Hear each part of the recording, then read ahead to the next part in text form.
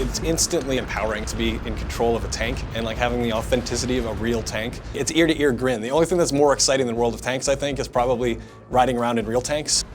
World of Tanks has a special, easy to learn, hard to master kind of design holy grail that is kind of magic.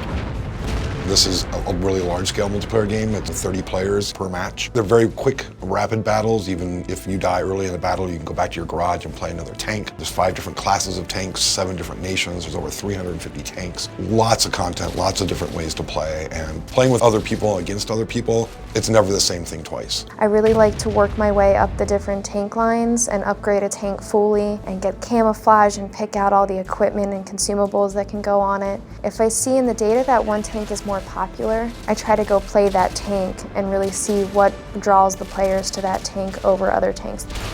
The growth has been phenomenal, and it's because we're supporting such a dynamic game, and because we're an online game, because we're always on, and because we're always adding content, and it's really, really exciting.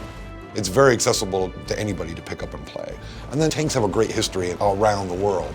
We jump through many hoops to make sure that the tanks are as authentic as possible, historically accurate, from working off of original plans to making sure we're talking with our in-house historians. And I love playing with them. I love seeing them every day. They're huge, they're massive, they're loud. A lot of our maps are very historically informed. Pacific Islands is a good example, where we looked at some of the islands where there really were tank battles in the Pacific.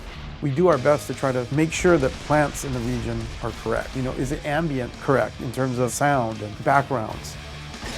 Between the Minsk team and here in North America, we've built a pretty amazing multi-channel recording library of tanks. We've done recordings of ballistics, explosions, guns, everything that you can imagine that you can get from a war scenario. We've like gone out and captured it and integrated it into the game. One of the nice improvements that we really get excited about is when we get to do the variants of the map. A lot of the players are accustomed to a standard map, how it's always played, but when we can come through and start creating a rain variant or a snow variant or a night variant, and even now the war variants, the layout may be the same, but as players are going through and playing it, it's a whole new experience for them.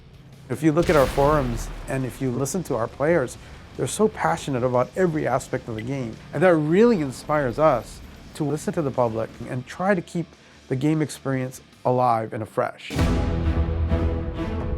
saw one of my friends playing World of Tanks, asked him what it was all about. It was a free download, and I haven't put it down since. It's very easy to pick up, very easy to play. It's very straightforward, but you play more and you get better at the game. What excites me is really the skill involved and the research, the strategy. Anybody can kind of pick up the game and play, but as you progress further, the strategy becomes a little more imperative. From developers to community managers to players, you just get the vibe that everyone is so enthusiastic about this game right now and the game's future. It's such a vibrant community.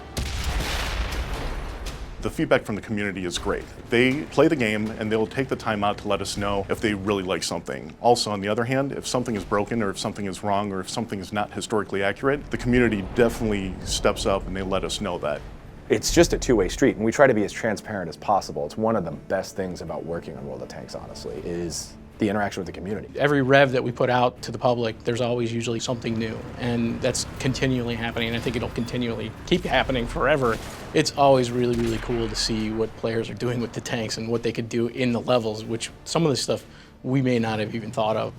It's a game that really challenges you, and that kind of challenge is what really excites gamers and explains the success that it's had.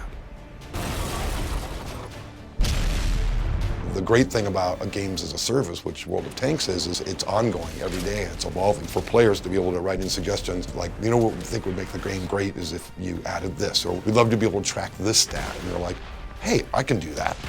And the game, it just continues to evolve. We're never at a shortage of what to do next or how to improve the game next. There's just so many big things that we have on the table right now and that we're going to be pushing into the game in the future.